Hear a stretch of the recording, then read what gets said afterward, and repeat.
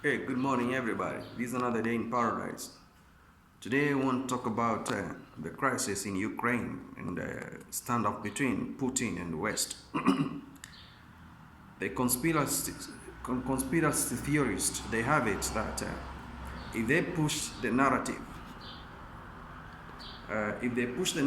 of the war in the Middle East, they'll gain through contracting American defense cooperation. This is a serious game, and it's pushing Biden administration to the limit because he's already debited. The American debt is approaching 30 trillion US dollars.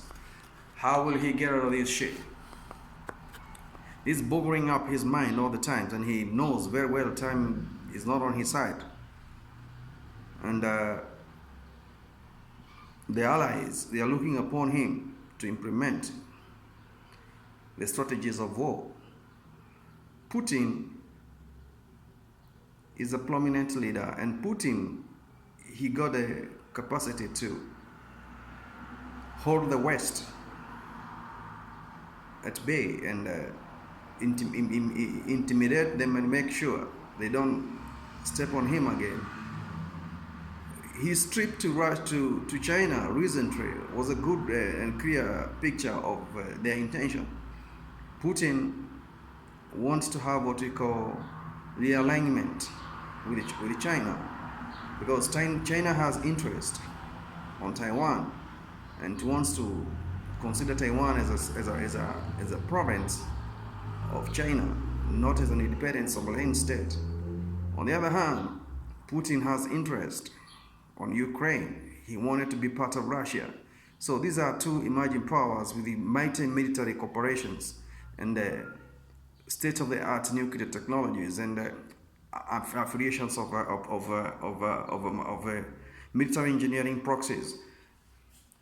West, on the other side, it has its own capability and capacity. So this is a standoff between two mighty opposing sides, and I do believe if Putin plays his games well, there's no way America can go to war. Is my opinion, because when you look at what's happening, the moment Putin will enter Ukraine is the same time Xi Jinping will enter Taiwan. But this is suicidal for Xi Jinping because already Wuhan virus has devastated the world economies, and he knows he's a manufacturer hub of the world, and he doesn't have intention of relieving off that capacity. What he will do, he will apply what he call Cold War tactics, and his methodology of applying Cold War tactics is more similar to what Putin gonna do. He will flood the island with military mightiness, and as Putin is doing in Ukraine through Belarusians, illegitimate leader, and Putin has the highest capability of establishing a regime controlled by Moscow in Ukraine, even though he will not invade, because the consequences are dire. One thing, Europe cannot sustain itself without Putin because he supplies energy. On the other side, it's very difficult for Putin to sustain his own domestic economy without, first of all, having the Western market. It's a tricky game, and Russia and China is not in that capacity to supply Putin with what he needs. Putin has the ammunition, he has the expertise, and he has the ability to manufacture weapons. He is not going to get the weapons outside. He is manufacturing them in Russia. So he has the capacity. But I do believe something needs to be done. Negotiations on the table can transform these agendas. If Putin can agree to withdraw from Russia, from Ukraine, and then Ukraine be an independent state, it will not join NATO, that's a fair play. unlike what they want to do. Putin might intimidate West, but eventually he will invade Ukraine internally and stabilize the regime internally, henceforth making it very difficult for West to contain the escalation. He is not luring with an iron fist here. He is playing his card very well. And he knows Joe Biden, there's no way at any one given time he can think of invading Russia, because Russia is not Iraq. And Russia is not Afghanistan. Russia is not Syria. Russia is not Arabia. And Russia is not Venezuela. Russia is not Cuba. And Biden knows this. And if Russia goes to war with the US, Europe will suffer massively. And all the Western countries that are relying on secret technology initiated or pioneered by Russians, they will have a significant impact to experience. And any other affiliation that depends on Russia will have a serious problem. Pharmaceutical technologies and all those research institutions, all these institutions, all these endeavors that are depending on Russian technologies will have a lukewarm experience. Turkey is in dilemma because it doesn't know whether it needs West or it needs NATO or it needs Russia. Recently, they sealed a deal of $400 million to purchase S-400 anti-defense missile defense system. All these technologies, they are Russia-based.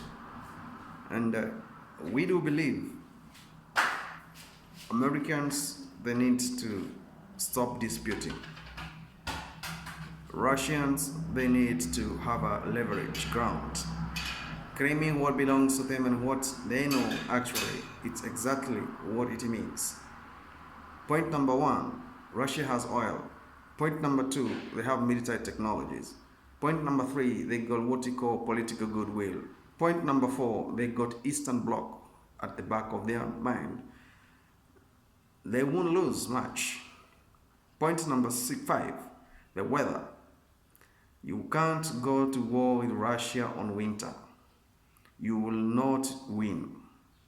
And those 3, 4, 5 intensive months of the winter, Russians knows they will be in a better position to prepare their agenda, and they're gonna establish what they want. What about other countries that are watching what is going on, particularly Africa and poor East Asia? They will have to lukewarm or spectate the war of the mighty arsenals taking place. If diplomacy fails and United Nations will not be able to implement it, Biden talks with Ukraine, talks with Russia. Nobody knows what's the future.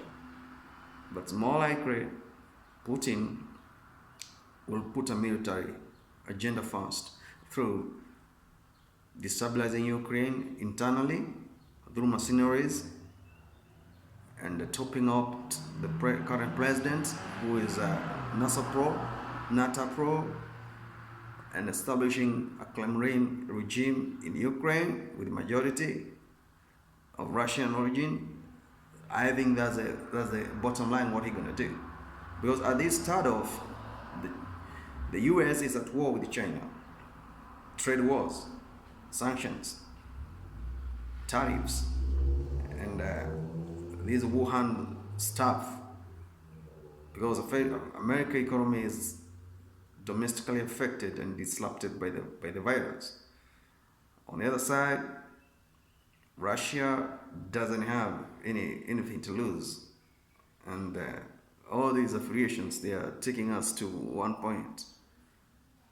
A war with Russia is a lose-lose situation, because every single country that sources Russian ammunition on this planet will not compromise. Will not compromise. Nobody will lose that collateral agreement for the sake of US diplomacy. Nobody. Russia, it has proven itself to be an independent superpower. Military, Russia is a sleeping giant, but very active. The equilibrium leverage that we can affiliate Russia with is United States. And because they know at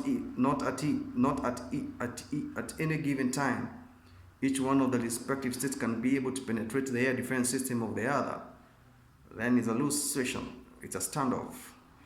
Because at the moment, the defense system that is used by Americans in US airspace, I don't think there is any weapon can penetrate that from the space. The defense system used by Russians, I don't think there is any single given American weapon can penetrate, or missile technology can penetrate the Russian airspace. So why should there be war? That one significant meaning is it's irrelevant. There's no significant reason for getting to this standoff of showing off the drills and all this is unnecessary. UK is a state manager. It doesn't want to get involved with the war budget. They have their own internal budget that is affecting them with the pandemic and all this. America cannot borrow anymore so that it can fund war. These are the things we need to think about and figure it out. Hit that subscription button, share and likes. I'll update you on this. Have a good day.